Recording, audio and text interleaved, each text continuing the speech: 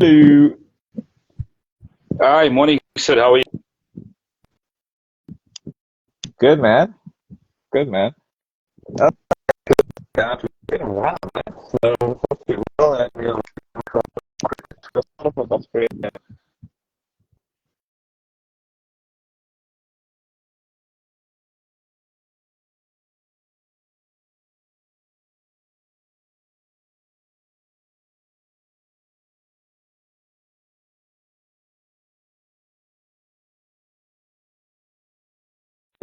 I'm not really a fan of a mark. He's too nice to be a captain, but anyway, that's just how I feel. But what are your thoughts on the T20 series?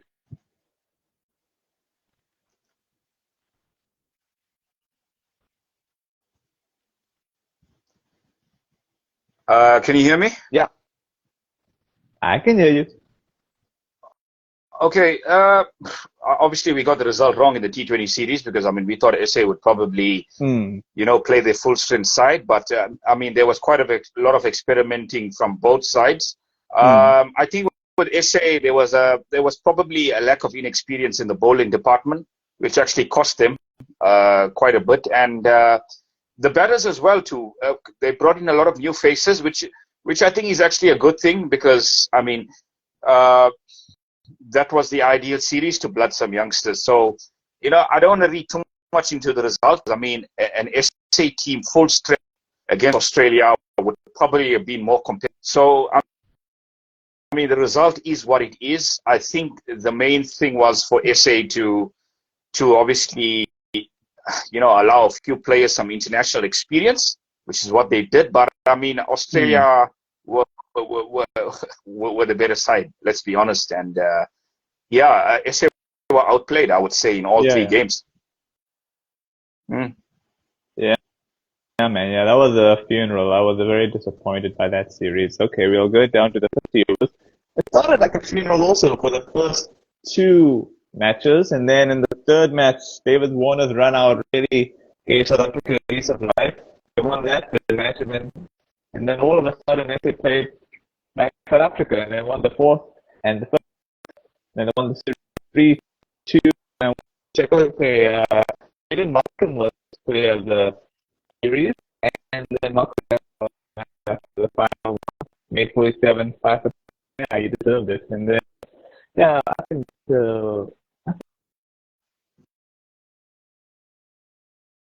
I'm so confused now what happened on that final match. But I think Buma, yeah, he's the best guy. I think he's more tactically astute. What do you think? Yeah, I mean, I watched the series. What was captain for the final match? Yeah.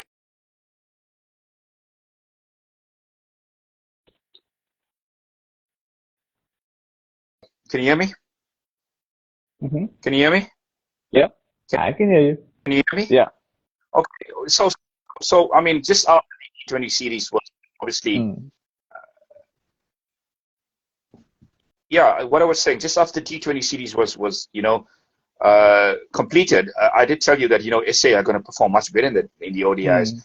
And to be fair, we could have been talking about a 4-1 scoreline to SA in the series because I mean, if you look at that first game in Bloemfontein, it was a wicket, and SA had Australia in all sorts of trouble. I thought they let them off the hook there, to be honest with you. Yeah, I agree.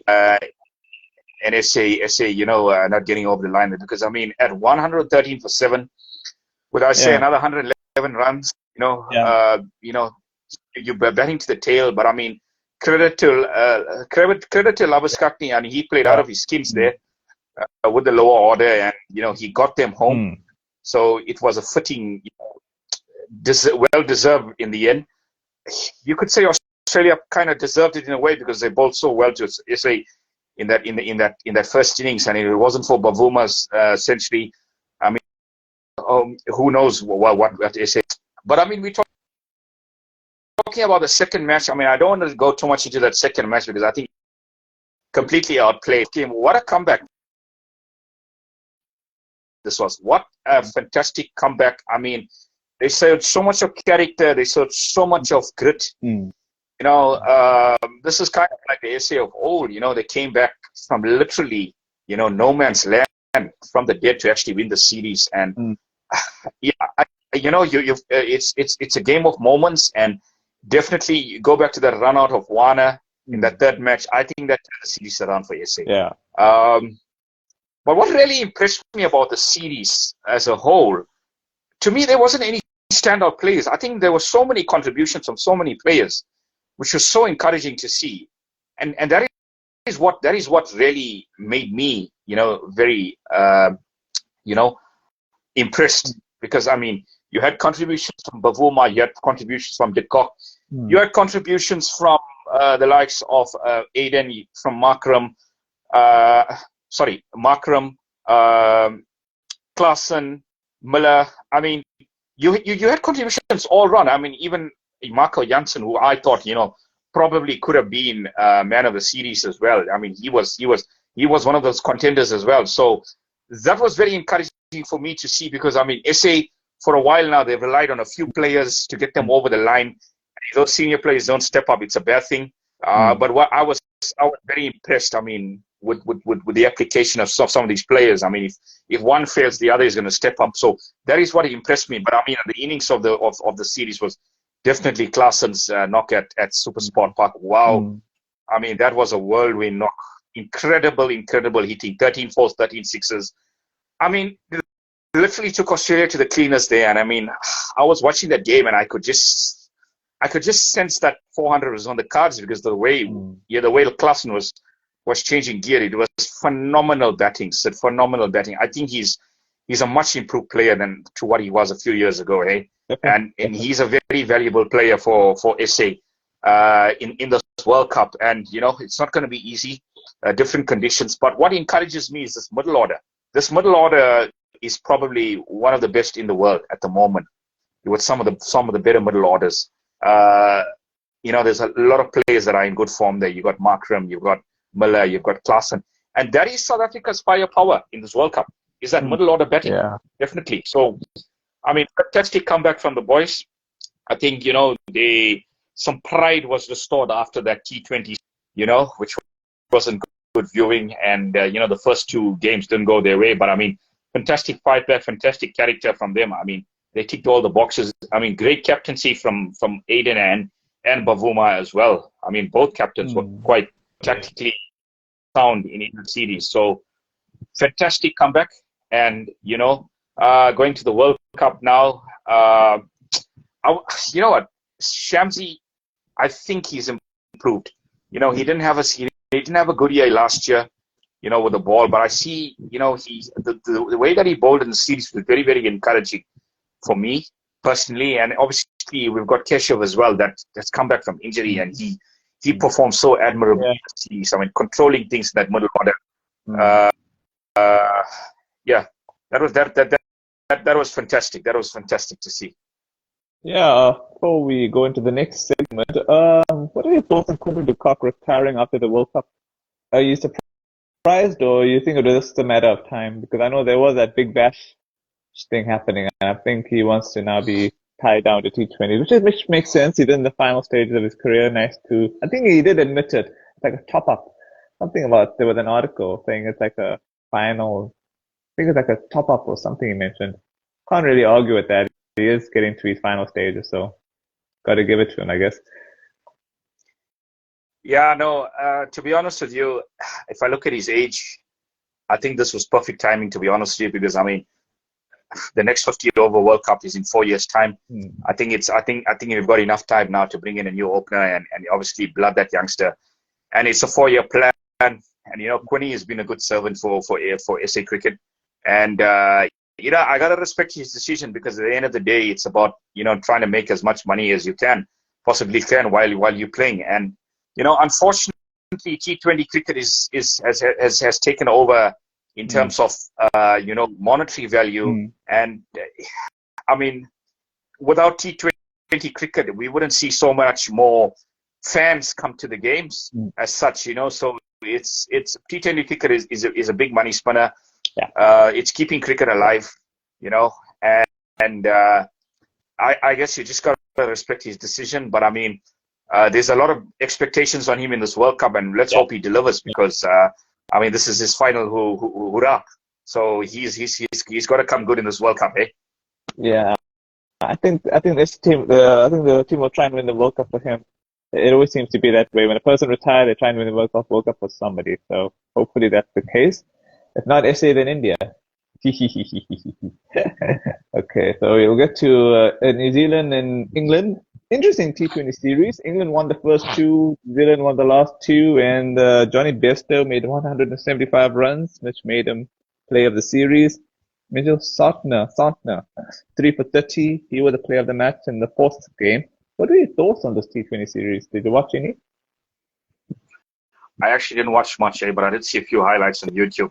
Very competitive series, I would say. But I could see England were experimenting a bit there in that series as well with players. So I don't want to read too much into it. I think end of the day, 2-2, you know, both teams would say, you know what, they gained a lot from it, because I mean they did try and experiment. So yeah, pretty fair result in the end. But I think England would be a bit disappointed being 2-0 up. Yeah, you know, surrendering that 2-2, you know, especially against a side that they kind of had a good record against in recent years. So yeah, I mean, post 2015 they've had a good record against New Zealand. So yeah, but I think fair enough. You know, in terms of there wasn't much to choose between both sides in the series. Okay. So I think a fair result in the end. Yeah. But I mean, to be honest with you, I mean, look at these ODI, these T20 series that we had. I mean, SA and Australia, New Zealand, and England. I mean, T20 cricket is not taking, you know, first priority this year. I mean, we know what's taking priority is the ODI format. So yeah, of course. So I mean, if there's any kind of format that you want to blood youngsters, it's definitely going to be the T20 format. Probably until next year. Probably until next year when the T20 World Cup has arrived. Because to be fair, when you're looking at T20 cricket, I think there's two things that are really important in T20 cricket in the world at the moment. I think it's your IPL and definitely your World Cup. So it's just about building towards those two things, you know.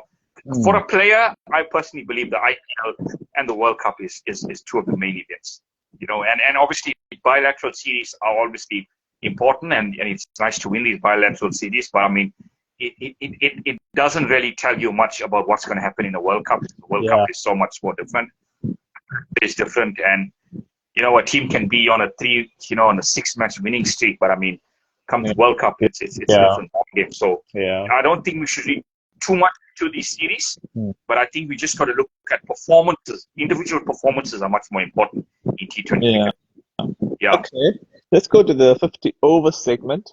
For the ODI series, it was 3-1 to England. The way New Zealand started, I thought they were going to really run away with the series. They won the first one, then they were doing really well in the second one. They had England on the ropes, and England really made a competitive score, and then they blew away New Zealand, and then they were just having fun afterwards. Third game won, fourth game won.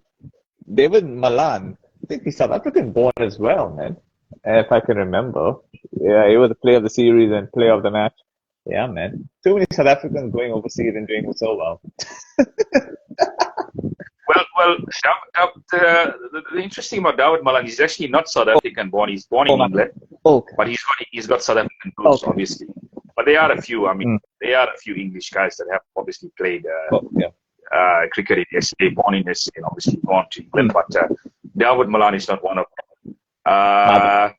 Look, England showed their muscle. England showed their muscle in the series. I think, you know, after that first game, they went and regrouped, and you know, they played like world champions. Let's be honest, they played like world champions. And England, New Zealand had no answers to them thereafter. Especially, I mean, Ben Stokes' innings at was it the second or the third game was phenomenal, man. 185, and you know, I think it must be the third game. Yeah. Stokes coming back into this ODI lineup. I mean, some would agree, some won't disagree, but you know, I would agree with this guy, because you need your experienced players in those World Cup. I mean, he's a match winner. He is an absolute match winner. So I think the selection, him coming back into this England lineup, is vindicated. And you know, going to India, England definitely one of the favorites. One of the teams to beat at this World Cup. Yeah, it's going to be really, really interesting. Different conditions, as we say. could be favoring the Asian sides. I mean, you can't take the Asian teams lightly in those conditions. But I mean, England, I mean, their approach to white ball cricket, they'll be there or thereabouts. They will be there or thereabouts. They'll be in the conversation for contenders going into this World Cup. They'll definitely be in the conversation. Okay. Now we will go to the warm-up matches. I think Australia and India. India won the first one by 5 wickets. In today's one, Australia were put into bat 79 for 1, but it's raining there. Match delayed by rain. I think teams are just experimenting for the warm-up matches. I think it's good because I think they're probably using their reserve players just to see what they're like, so that if the situation happens in the World Cup, they know what they sorted out from that point of view. They rested Kohli and Sharma for the first 2 matches, which I think is good. What do you think? Look, I think it's good. I think it's good in a way, but I would probably have just rested them for the one game. I probably bought them for the second and third. But I'll tell you why. Because I mean, India's opening game of the World Cup is against Australia. So it's really, really important to have a psychological edge over them now. And I think the senior players need to obviously click. It's not to say that they're not in form, but I think it's important for them to have some sort of psychological advantage going to the World Cup. And if they could score some runs come second, third game, it'll be important. But end of the day, it is what it is. But I think in India were way the better side in that opening game. I think Australia, I mean, we saw this in the SA series as well. They've got problems in the middle order, Sid. I don't know if you've noticed this. They've got real problems in their middle order, their middle to lower order. They seem to get blown away quite easily after, their top order, gives them a platform. And that's something that they need to look at. And that's something teams can exploit in the World Cup with regards to Australia. Because, I mean, once they go 4 down, you kind of see the the writing is on the wall, and they tumble like a car down the cliff there. So it's very un-Australian like, what I've seen from Australia in the last 4 games. They've lost 4 one-days in a row now. They lost the last 3, and yesterday they lost the last one in India. And India came back so beautifully with the ball in that final game. Mohammad Shami just completely cleaned the tail up there. So I think it's a bit of a cause for concern for Australia, because I mean the senior players came back and they still couldn't really get a competitive score. I would think they were definitely about 30 to 40 runs short there. I think 320, 330 would have been psychological, Sid. And they fell a bit short there. What do you think? Yeah. I was just thinking of that, even though Australia are having a little tumble, come the World Cup, they will show their true colors. They're a tournament team, you know this. I mean, even in the 2019 World Cup, they made semis and they made semis and England blew them away. But the point is that they're a tournament side. I mean, I don't look at this too much because I think they'll be fine. But I know what you're saying. It is a little disconcerting, but I think it's more of a mental thing. I definitely agree with you there with Australia being a tournament. Pardon? I definitely agree with you there that with Australia being a tournament team. I mean, we know they're pros in World Cups. But what I just want to put out there is that there is a weakness that teams can exploit in the World Cup with regards to Australia. Yeah. And I don't think it's going to be easy for them in Indian pitches as it was in England. I mean, 4 years ago. I think those pitches really suited them to an extent, their bowlers.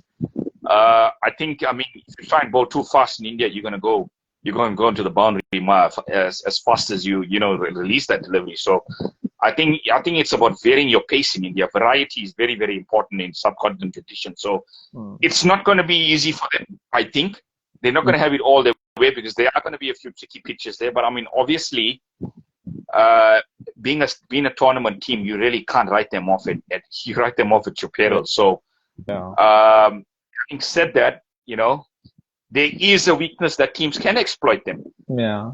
And I think it's the middle order. If you look at that South African series, I think it was more of a mental thing. I think once they lost the third one the way they did, and then once SA scored the 400, I think they were mentally killed afterwards because it became 2-2 and then it became deja vu. Because I don't think they've won a one-day series in South Africa in a while. So I think it became more mental. And then once that comes into you. And who would have thought Australia could be mentally frail at all? I mean, you normally would expect them to be so mentally tough. In the olden days, even when they're in trouble, they would find a way to win. Now, if you have them in trap, you can pretty much destroy them.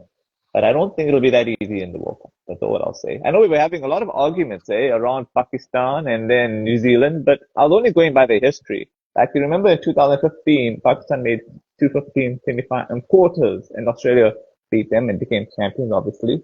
And then in 2019, there was rain that affected their matches, and they played crap against West Indies there, and that messed up their net run rate. So I think Pakistan were kind of unlucky in that 2019 World Cup. They probably would have made a knockout stage there. And then I think most of the time they make knockouts. That's why I was having that debate with you strongly. And New Zealand, for all their talent, they keep making semis. So even though I know you're a fan of England, and I respect that, but I think the pitches will be England's undoing, provided they take turn really soon. I think England will be fine at the beginning, and the pitches will be fine. The commentators were saying the conditions in the World Cup are pretty balanced. Like, you'll get some pitches in India that are Western, and you'll get some pitches in India that'll be Eastern, like Chennai and Kolkata, etc. Mumbai will be Western. I don't know if you agree with me. I think the pitches will be quite varied, so it'll be a good World Cup. Very open. Yeah, absolutely. It's definitely going to be an open World Cup. I agree with you on that. I mean, any team can beat anyone on their day. We're talking about New Zealand here. To be honest with you, Sid, I mean, looking at New Zealand's resources, I think they're a team that actually overachieves in tournaments. They kind of overachieve in tournaments with what they have at their disposal. I mean, they kind of make it work, Because, I mean, if you look at New Zealand last tournament as well, you wouldn't have expected out that group. Yeah. With the likes of Australia, England, Sri Lanka.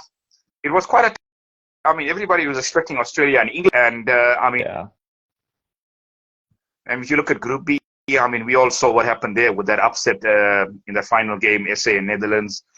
I mean, not many people gave Pakistan a chance as well to get out of that group. So we're talking about two teams that have overachieved in tournaments over the last period of time. And obviously, SA, I mean, well documented how they underachieve in tournaments. So I think that is something that they have to change. I mean, only they can change that. I mean, they've had the players in the past, and they're probably good enough to make a final. They were probably good enough to make a World Cup final in years gone by. SA. I mean, I think you agree with me on that, with the size that they have taken to World Cups previously. Honestly, I think in that T20 World Cup where they lost to Netherlands, I think they were the best chance of making a final. Because there was no Australia. They didn't bloody qualify. They were like out before they were like, yeah, man. They couldn't even go through because they played so pathetically in their group stage. And then SA should have gone through to the semi-final. There was no excuse. I mean, yeah, we could give credit to Netherlands, but I think SA's brains were like full of the dumpster that day. And it is what it is. And then I think if I'm looking at the group now, I don't want to underestimate. Do you want to do a quick cap in the World Cup? Because it is coming on the 1st of October. This year is going so fast. And that's kind of nice in a way. I think we'll probably leave that for next week because that's going to be very interesting. Yeah. But I think we'll leave that for next week. But I mean, we're talking about Australia. I think the way they play spin in India is going to be crucial as well because they did have some problems with spin in SA. I mean, with Keshav and Shamsi, I thought they bowled pretty well to them in that one day season. I think Australia's mindset wasn't right in that ODI series. I think they tried to play T20 cricket in an ODI. In an ODI format, it just wasn't right. Yeah. It just wasn't right. I mean, how do you lose a game after being 100 in 10 overs? I mean, how do you end up losing a game like that? I mean, that was such a platform for them. You're referring to the third ODI, or which ODI are you referring to? The third one. ODI, I mean, how do you lose a game from that kind of? I was thinking that, I was thinking of that as well because Australia were trying to emulate England. But England have become used to playing that brand of cricket. They've kind of perfected it. And England have accepted that they'll have a few bad days playing that way. I think Australia need to stick to Australian methods. It's worked for them. Even in the Test series, their method worked for them, although it was a little boring to watch, but it worked for them. And then I think they're just going to be Australian and stick to that. I don't know if you agree with that. Yeah, I agree with you. And I do think that, SA played perfect one-day cricket. They played old-fashioned one-day cricket to win that series, to be honest with you. I mean, they built partnership, built an opening partnership, and then obviously they were patient through the middle. But I mean, so I mean, you saw that at Centurion and obviously at Poch as well. If you got wickets in hand, so, I mean, you can score any amount of runs in the last 15 overs. You can even score 200 in the last 15 overs. So it's all about having wickets in hand. I think ODI cricket is really, really important. And this is a warning to our teams that you've got to have wickets in hand. If you have wickets in hand going to that last 10, 15 overs, I mean, you can score loads of runs. You can score loads of runs. If you got a batsman set, if you got two batsmen set, I think it's dangerous times for the opposition, and we did see that with Muller and Klassen. I mean, taking this Australian attack to all parts of Centurion. So yeah, with regards to SA, I mean, we can have that review last week, but I would say that this team they're taking the World Cup this time is slightly better to the one that we saw in 2019, because I think that 2019 team lacked a lot of firepower, especially in that middle order. There was a lot of background problems, I think. Of course, De Villiers at time, obviously, Faf taking an inexperienced side to the World Cup. So there were a lot of background issues with SA, but I think this tournament they probably kind of something to do with supporting us there. They're going there, just take it one game at a time. And I think that should be the South African way going forward. Just take it one game at a time. No expectations. If you play good cricket, you're going to make it to the playoffs. That's the way I see it. So, So Simon Dool is actually backing us to win the World Cup. He's backing us. I don't know if you saw one of those DSTV episodes on Catch Up, on the expert thing. I did. And, I think going into the World Cup, I think they should be, I wouldn't say confident, but I say quietly confident, because they did obviously beat Australia. Beating Australia is obviously going to give you confidence, and the way that they beat Australia in the last three games will give them a lot of confidence. Quite convincing the last three. So I hope that gives them some kind of encouragement. But obviously we'll have our review next week, and we can obviously go through all this, and obviously the end of the India and Australia series as well. But okay, I think that's pretty much a wrap. Any final words? Obviously the Asia Cup, India did win the Asia Cup. It was kind of a lopsided.